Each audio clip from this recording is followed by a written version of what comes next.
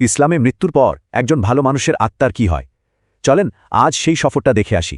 নবী সাল্লাল্লাহু আলাইহি ওয়াসাল্লাম বলেছেন, একজন মুমিনের দুনিয়া ছাড়ার সময় থেকেই এক নতুন যাত্রা শুরু হয়ে যায়। ঠিক তখনই সেই মানুষটা এমন কিছু দেখতে শুরু করে যা তার আশেপাশের আর কেউ দেখতে পায় না। অদৃশ্য জগৎ থেকে তার কাছে প্রথম যিনি আসেন তিনি হলেন মৃত্যুর ফেরেশতা বা মালাকাল মউত। আচ্ছা, এই মালাকাল মউত কি একজনই নাকি এটা একটা উপাধি? ব্যাপারটা একটু সমঝা যাক। কেউ বলেন মালাকুল মাউত একজনই প্রধান ফেরেশতা, আবার অনেকে মনে করেন এটা একটা পদের নাম।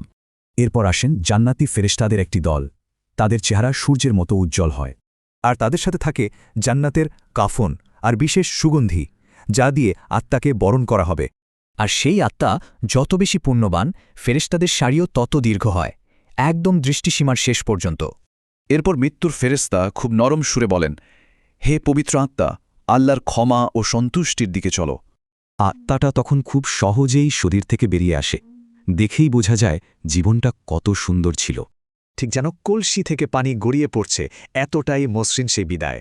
দারুণ একটা উপমা, তাই না? কিন্তু এর পরের সফরটাও কিন্তু কয়েকটা নির্দিষ্ট ধাপে এগোয়। চলেন দেখি। আত্মাকে নিয়ে ওপরে ওঠার সময় পথের অন্য ফেরেশতারা তার পরিচয় জানতে চান। তখন তাকে পৃথিবীতে ডাকা সেরা নামে আর তার ভালো গুণগুলো দিয়ে পরিচয় করিয়ে দেওয়া হয়। একেবারে রাজকীয় সংবর্ধনা, প্রত্যেক আসমানের দরজা তার জন্য খুলে যায় আর তাকে স্বাগত জানানো হয়।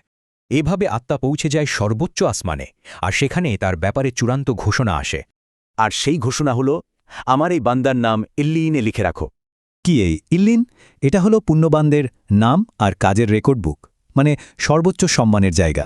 এই সম্মান নিশ্চিত হবার পর আত্মাকে আবার তার দেহে ফেরত পাঠানো হয় পরকালের প্রথম ধাপ, কবরের জন্য। কবরে মুনকার ও নাকির নামের দুজন ফেরেশতা আসেন। তারা জীবনে সবচেয়ে জরুরি ৩টি প্রশ্ন করেন। তবে এই উত্তরগুলো মুখস্থ করে দেওয়ার মতো না, বরং পুরো জীবনের বিশ্বাস থেকেই এর জবাব আসে। আর সঠিক উত্তর দিতে পারলেই কবরটার সঙ্গে সঙ্গে জান্নাতের বাগানের মতো হয়ে যায়। কিন্তু এখানেই শেষ না, এরপর তার সাথে দেখা করতে আসে সুন্দর চেহারার একজন সঙ্গী।